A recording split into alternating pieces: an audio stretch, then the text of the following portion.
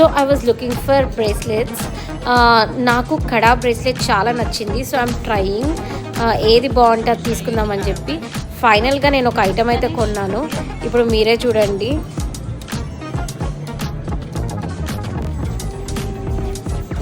ఇంతకుముందే బాగుంది కదా, అది చాలా బాగుంది, నాకు నచ్చింది.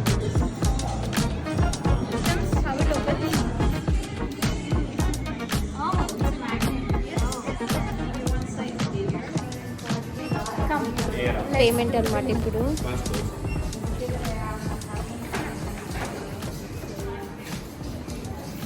So the price of the bracelet is 230 euros as you can see on the screen. So ante mana Indian currency lo adi naku 22,000 change padindi.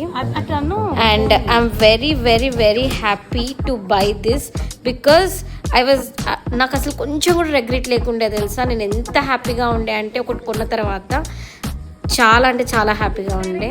So మనకు నచ్చింది చేస్తేనే కదా మనం హ్యాపీగా ఉంటాము.